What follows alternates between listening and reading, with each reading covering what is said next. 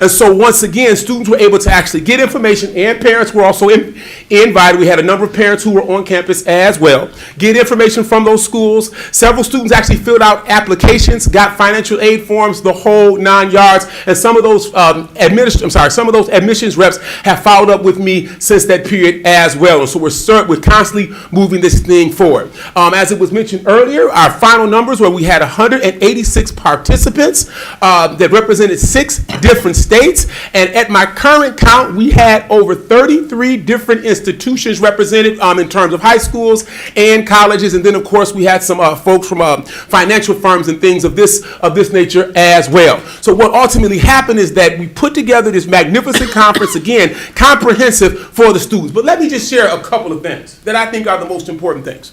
I think that these conferences are great, but what do they do for the students? I was so excited, okay? The original Black Male Focus Group from Ohio University almost 20 years ago. I've been a member. This is why this is more than just something that I do. This is a labor of love. This is a legacy.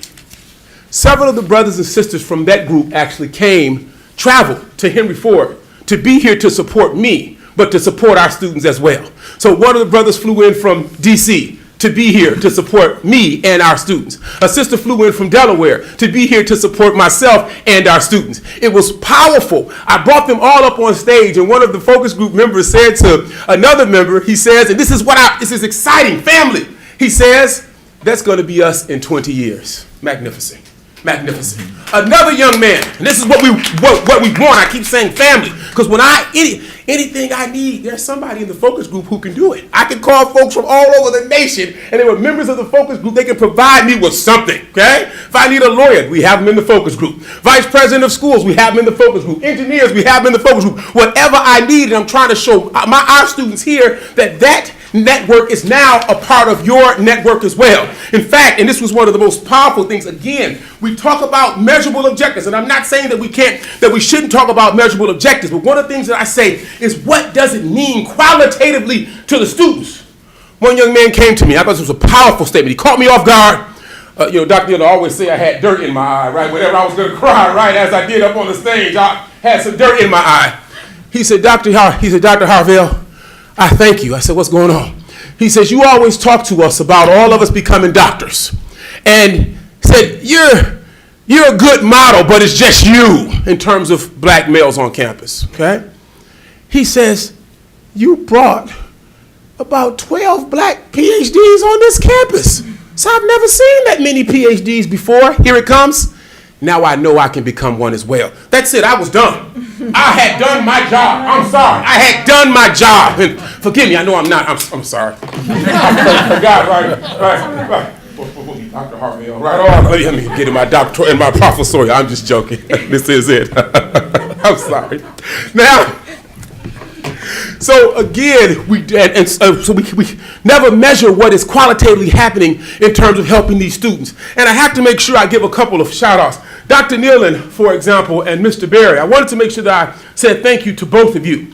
The U.S. Attorney, Schneider, came to our conference. And I was concerned because I was running all over the place. And I had lost track of him. And I'm trying to find him so I can, we have visitors to the campus. I want to make sure that I'm being a proper host. And I looked up, and Dr. Nealon and Mr. Baird were talking to him. I knew I was good. So thank you both for that. Dr. Ernst, my associate dean, I was going through it the week before. Oh, my goodness. I was ready to quit. In fact, I did quit. I've quit the focus group 3,478 times. And every time I mess up and my dad calls me and gives me this whole lesson about how I need to continue to stay within the focus group. And so I had a quit. And Dr. Ernst gave me some magnificent words of wisdom and told me that I could keep on going. So I want to make sure I said thank you to Dr. Ernst. I need to make sure I also thank Karen Shaw and her group. The campus safety did a magnificent job in supporting us. And I have to thank her for this. And I don't know if this is a thank you or not, but ready? Thank you for letting me have access to the building at 3:45 in the morning on a Saturday. Okay? So I'm not sure if that's a real thank you, but no, thank you so much. She allowed us to have access to the building at 3:45 on Saturday morning because I had to come in and essentially set up and make sure that everything was going to be ready for the people when they finally came. Donovan Schaefer, he always is our person who does everything in terms of our technical work. This is the first conference in my life that I've been to that all the microphones were working properly. And I go to a lot of conferences. All the computers were working properly. And Donovan is so magnificent. He knows that I have some technological challenges. The man left a beautiful note for me and told me how to turn the computer on. Thank you, Donovan. We appreciate that because we want Henry Ford to look good all the time. Right on? It's one thing. Harvell always looks good, but we want the school to look good too. Right on? And so, Donovan, I thank you for that. I really do, brother. Thank you so much. I have to also, and one of the things that I always say, again, thank everybody here, but I want to make sure, even though they're not here, I have to thank the brothers and sisters of the focus group. These individuals, I'm talking about my original focus group, they flew in to be here. They're carrying boxes, carrying water. They were helping me load the van. They were up with me at 4 o'clock in the morning. That's brotherhood and sisterhood that our students were able to see. That was meaningful. My little brother, he got here 5:45 in the morning. That may not seem like anything, but he lives in Lansing. And after working all week, he was here at 5:45 in the morning, only 2 cars on the whole campus, and he's helping me carry boxes. Robert Yarmetter, who also came, political scientist here. He got here 6 o'clock, helping carrying boxes. Then, of course, and I know I got to get out of here in terms of my time. I have to thank, and I always say this, it is the unseen work of women that allow men to go into spaces and be seen as if they're more important than what they actually are. And so I've gotten a lot of kudos for this particular conference, but the person who should get the kudos is my beautiful wife. She is not here. She makes me look like I'm really important, and she's the one who really manages and controls everything. She is the boss. In fact, we wouldn't have had any orange juice for the conference if she hadn't left me a note in the morning, don't forget the orange juice. And she's so magnificent. Dr. Newland, do you know what she did? Because she knows about my feet. She packed an extra pair of tennis shoes for me to make sure, because I know you're going to be running all over the place. That's a beautiful woman. I'm sorry, that's a beautiful woman. She packed an extra pair of shoes for me to make sure I was going to be good. And also I have to make sure my daughter, Lillian Cora Harvell, 11 years old, held down the registration table, made sure everybody signed up. If she saw anybody who didn't have a name tag, she kept saying, my daddy has to have the numbers. He has to be able to report these numbers properly. She went to people and said, excuse me, will you please sign up to make sure that we have proper count? And so I want to make sure that I thank everybody. I'm going to just say a couple more things, and I know there may be some questions. I want to also point out just some of the work that the focus group has also done. In the last 2 years, the Black Male and Queens Focus Group, and I didn't realize this, have presented at 6 professional conferences. And I'm not talking about me, I'm talking about the students. Again, these students do not have a deficit. We were at a conference a couple months ago in March. One of the things that I do is I do an evaluation on every student. When I say an evaluation, I know the students, which means I know what each one of those students needs. A lot of times we assume, well, all black students are the same, right? Or all the women are the same, or all Latinos are. No, we're not. People have different needs. People have different wants. People have different desires. One of the things that I do with my evaluation is that I do find out what every student needs. Then I create an individualized program for each student, which means some students I know are going into English. I'm going to set up the program to get them into English. Some students want to go on to a 4-year. Some students want to go to law school. I'm going to set that program up. In fact, we were at a conference a couple months ago, and I met a gentleman from, I don't know if I can say the other institution's name, but I met a gentleman from an institution, and he said what school he was at, and I know they have a great engineering program. So immediately I mentioned one of our students and started talking about the student. And the gentleman says to me, he says, are you a part of his family or something? Well, of course I am. Henry Ford is a family, and the Black Male and Queens Focus Group is a family. He says, wait a minute, how did you know all this? Because I'm a real instructor. I know my students. That's what we're supposed to do, right? If we're committed to this work, we know our students. Henry Ford is a family. I knew everything about this young man, passed on the information. In fact, I think he was more impressed that I knew this stuff. The young man did a magnificent job. In fact, he was offered a scholarship to that school for next year, okay? And the last thing that I'll say, and I know I may have some questions. Last year, we had a student, Miss Kiera Scott, who won the Engelhardt Social Justice Fellowship to the University of Michigan, Ann Arbor, out of the Black Male and Queens Focus Group. This year, we had another student, Miss Stacy Lowry, who won the Engelhardt Social Justice Fellowship out of the Black Male and Queens Focus Group. What this means, and I've already told the students, is next year I'm expecting for all Henry Ford students in the focus group to just take all the awards. We don't need any for anybody else. If I can have that, and I'm serious. See, Dr. Dillon knows I'm serious. Next year, we're planning on having 2 or 3 students win the Engelhardt Social Justice Fellowship. This is the work that the focus group does. We are committed to the retention and success of our students. Next year is going to be even better. In fact, one of the things we're working on this summer, is getting a paper published about the experiences that we've been engaged in over the last 2 semesters. I think I went over time. I apologize. Are there any questions? Dr. Harvell, Yes. I don't have a question, but I want the trustees to know that you may recall last time we met, trustees, I talked about attending a conference with Dr. Harvell and watching one of his presentations, which was why I have him come talk to you guys. But his colleague, who is also instrumental in the Black Male and Queens Focus Group, is Chardon Claiborne. Yes. And in your packet, you have a letter from Chardon to myself and Dr. Herbst and Dr. Nealon, and then you also have photocopies of the letter, or the notes that 4 of the members of the Black Male and Queens Focus Group wrote, and they're addressed to any of the leaders, and I count you all as that. So I wanted you to have some engagement with the students that Dr. Harvell is so passionately describing to you, and that is what is in your packet. So I want to give you that heads up. Okay. Trustee Mead, did you have a question? No, I didn't have a question. I just want to comment. thank you so much for your work. It's just really critical for this population in particular. Thank you. But I guess I do have a question. Yes. Is your brother as enthusiastic as you are? Yes, he is. Why don't we have him teaching here? My goodness. Now, here's the secret. Ready? He is, and he's the smarter of the 2 of us. Oh, wow. Yes, so he should be here instead of me. Yes, indeed. Thank you so much. But yes, he is. Trustee Lane?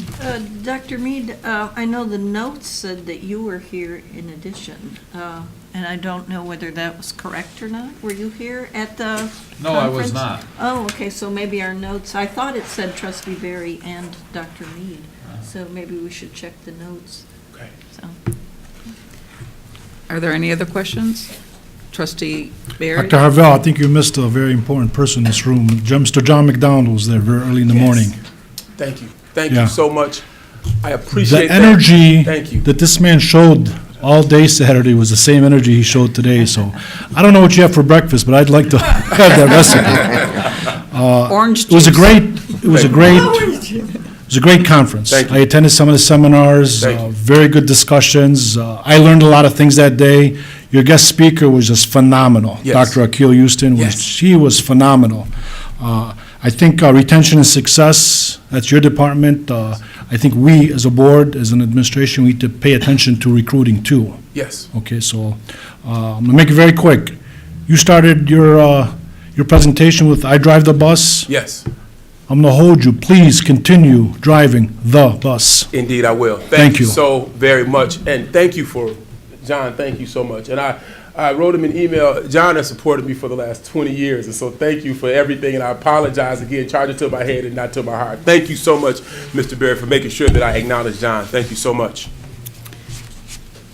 Thank you so much for the presentation. I'm really very impressed, and thank you for inspiring the students. Professors like you are what made my time here at Henry Ford great. I took prep classes for my MBA here at Henry Ford, and I had the most amazing professors, and those are the ones who really make the experience more meaningful. So thank you so much, Dr. Harvell. Yes, and thank you so much. Thank you. Okay, I do have one question. Yes. And mine's a serious question. In the enthusiasm and excitement for these students and who are looking for other opportunities, expanding outside of our Yes. borders, do we make sure that we encourage them to at least walk away with their associate's degree before they accept those scholarships and move on? Oh, absolutely. That is one of the first things that I'm constantly talking about, is making sure that they're getting their associate degrees prior to moving on, and then we do the work to make sure that they are able everything to move is on as set well. up. Okay. So, for example, last year we had our third annual rites of passage, which is a graduation ceremony right here in this particular room.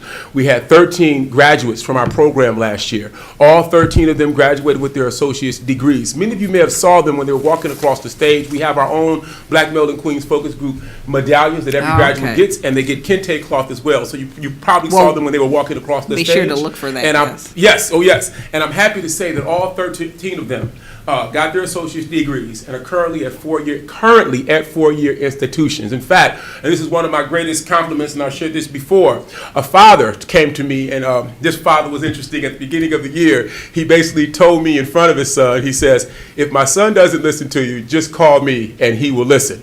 Of course, I understand purpose, so I never had to call Dad, but he reminded me of my dad, because I knew what that essentially meant. You better listen or you're going to have all kind of trouble. Later, the father called me and he told me, he said, Dr. Harvell, you are currently my best friend, because I found money for his child to go to school. He said, you are currently my best friend. And he says, now you are part of the family. He invited me to every barbecue.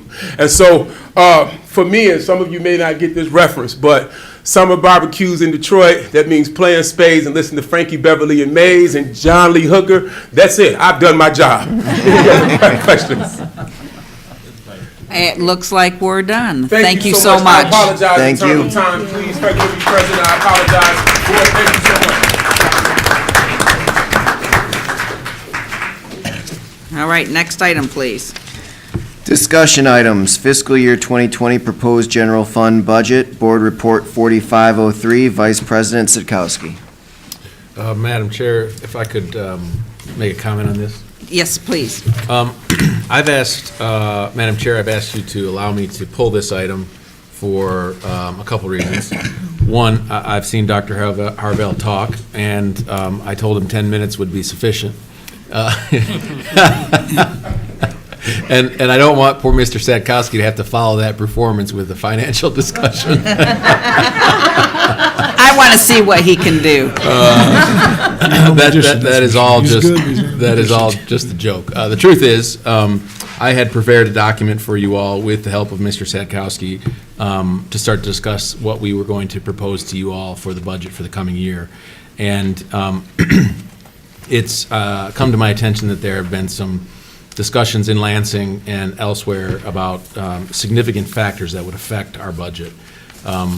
And so rather than engaging in that discussion now, I'd like to take a couple more weeks to make sure that what I propose to you all is as close as what we can expect from Lansing and any other focuses that we have in our budget. So, Madam Chair, if you're willing to amend your agenda, I would prefer that we bring this issue back to you all in May, such that you can get a proposed budget from us in May, and then an opportunity to vote on that in June.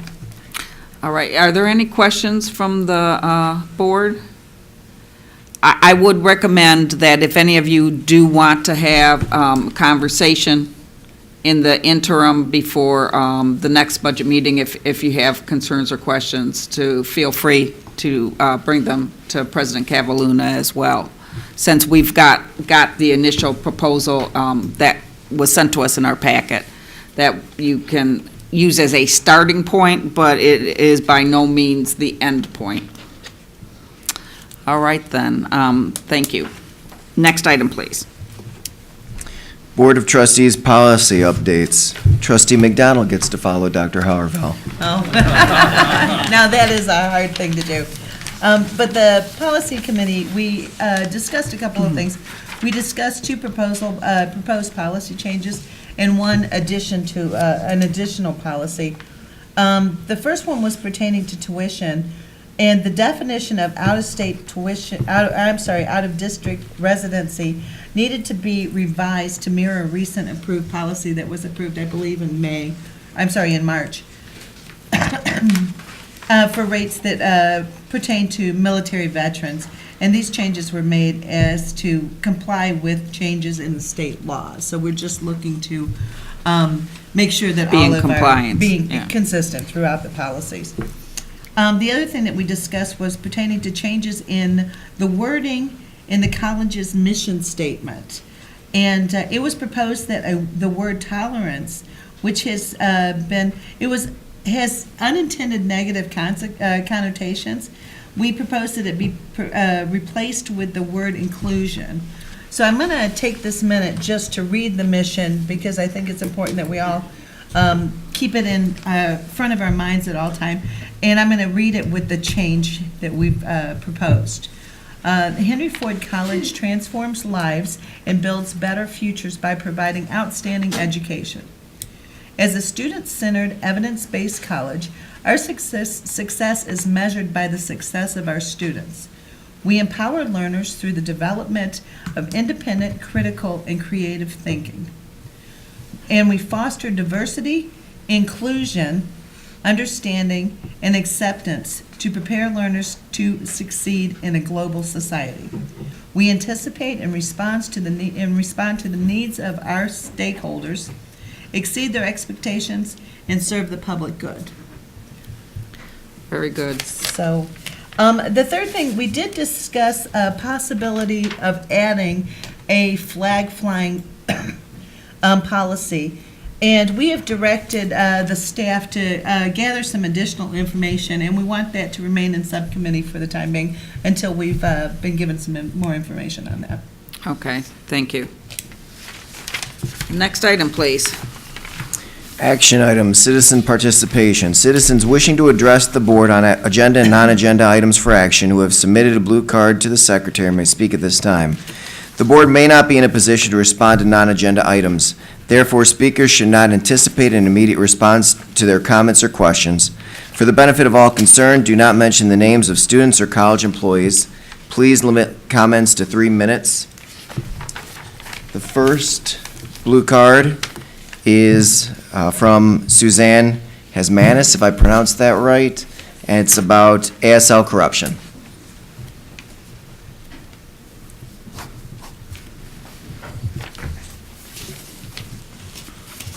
So I will follow the person who spoke previously, and they went beyond 3 minutes.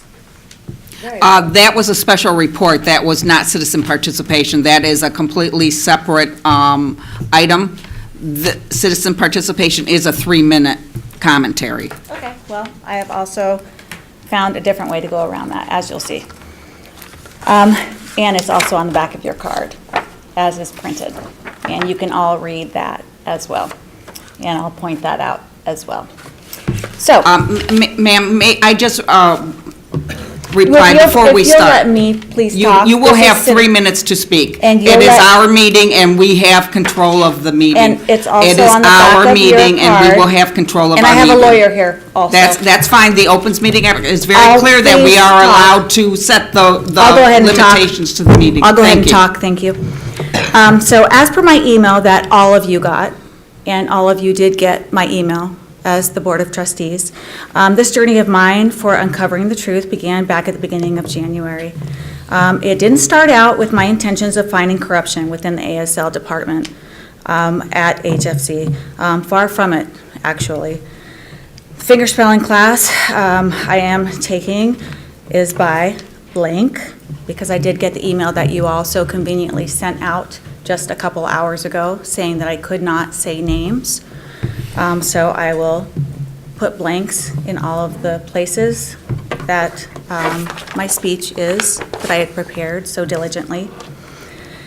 Her method and teaching style have been at an expedited rate from the first day of class. My fellow students and I, having only one semester of ASL 1, and actually one student having no ASL 1, found this to be extremely overwhelming. Most times, myself and fellow students leave her class feeling humiliated and defeated. For some twisted reason, she enjoys it when we get our answers wrong and laughs, actually laughs at us each time we don't know something she is trying to convey. From the beginning, I knew that I would have to contest her rapid signing. While this is a fingerspelling class, she seemed determined to force myself and the other students to adapt to her desire to see us fail. I went to the dean, blank, twice to file complaints. Nothing seemed to change within the classroom setting. We, the students, are simply a paycheck to this person. Eagerly giving our tuition for an education in a required class that will no doubt have to be repeated. That is how all of this started. There is a plethora of information that is needed for you to hear, and I worry that after my presentation, this still will not be taken seriously. I truly hope that this will not be the case. It is my desire that after you have all heard what I have uncovered, the truth about this corruption, that an immediate internal investigation will begin within the ASL department.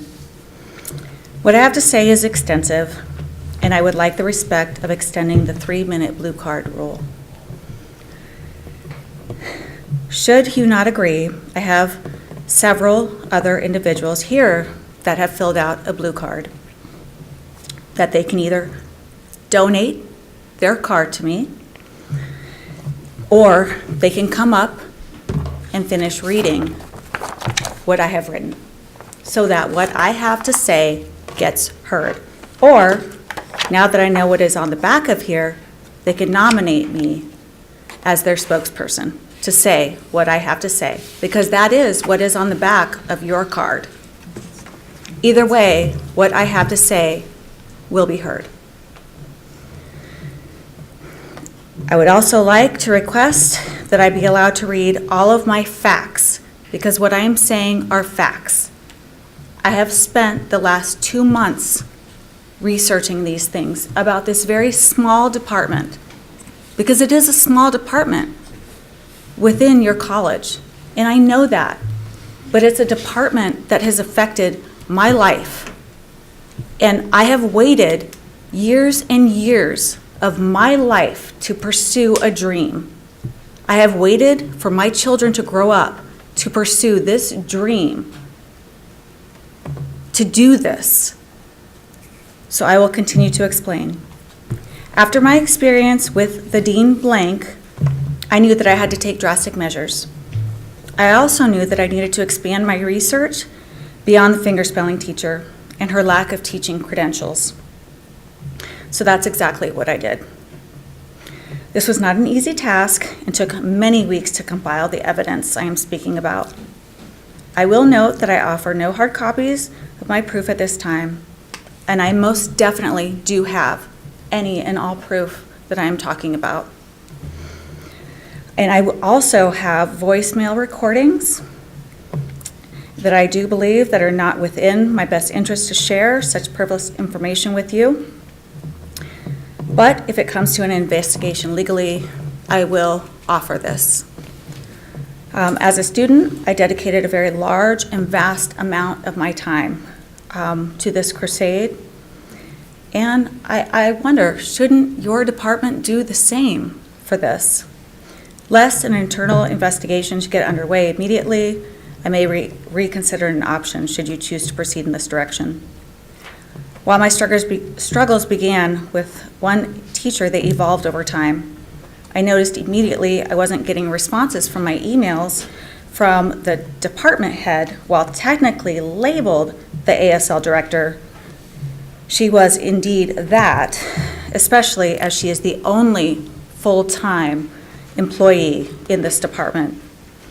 And it is her name and her name alone on the pamphlets, so readily giving out to us students eagerly yearning to fulfill this passion of becoming ASL interpreters. As I have done my research, not only did I find out that my fingerspelling teacher had only a nursing degree, as you know from the email I sent all of you, but the department head didn't even have a BEI license, an ASLTA license, nor is she in the RID system. All of which should have had to be instructors, and all of which is shameful on your part to not have been employees. That, again, I know is how she got her position, or, excuse me. I'm sorry, I went ahead. all of which is how she is representing your esteemed college. And I do have to wonder if your staff did any background checking on this person, because those are the licenses that you have to even teach. And I notice you're checking your nails over there, Kathy. Yes, I watch. Peripheral vision. I'll no. Let's keep the comments to Yeah. your. No, but whatever. No, please. Okay, Mary. Keep to your message. Okay, Mary, I'll go on. I'll even go so as far to admit that her highly regarded status as CODA, which is child of a deaf adult, is even accurate at all, as I have done even further investigation that her father isn't even deaf. He's hearing, hard of hearing at best, because I have done even further investigation, yes. And that is how she got her job here at Henry Ford. I have gone that far into my investigation. Moving on, I referenced the Signing Online program that we as students have to pay for the ASL 1 and ASL 2. We are required to advance our education. And I did reference that in my email, which I hope that all of you did read. And maybe you didn't read it. I don't know. This program is 25 years old. 25. It is no wonder I cannot keep up when I go to deaf events. Those are now required within Henry Ford's curriculum, deaf events. What I have been learning is so outdated that 2/3 of what is on the program isn't even used anymore. Therefore, leaving us students in the ASL program delinquent in a language we are desperate to learn, yet cannot because the tools we are forced to purchase, the Signing Online code and books, simply are no longer accurate. Most recent revelation, and I, of course, can provide proof of this, anything I'm saying here, I can provide proof of, was the connection between the Signing Online program as well as the Barron's EZ American Sign Language book and HFC. Not surprisingly, this connection is leaked to the ASL department head, again, your only full-time employee in this department. The Signing Online program was developed by her late father, who did pass in 2004, again, which is 15 years ago. And this was in 1994, this program was developed, again, 25 years ago. The book was written by both of her parents in 1998, the first edition. While I know that I will explain this connection further, I am optimistic that by now, some of you will be connecting this. We are using a program that costs each of us students $130 each semester to purchase. The book is grossly inflated at $40. Because I'm older, I purchased mine for $4 on Amazon. The younger population purchases it on HFC. Obviously, the department head and her family gets the proceeds and the royalties, as does HFC, for a 25-year-old program that we students have to learn on that is outdated and we cannot use because it's delinquent. I'm afraid that myself and the rest of the student population has been duped, which obviously is who I am here advocating for. I also figured out the pay scale of how this department is so humbly divides the classes amongst the staff.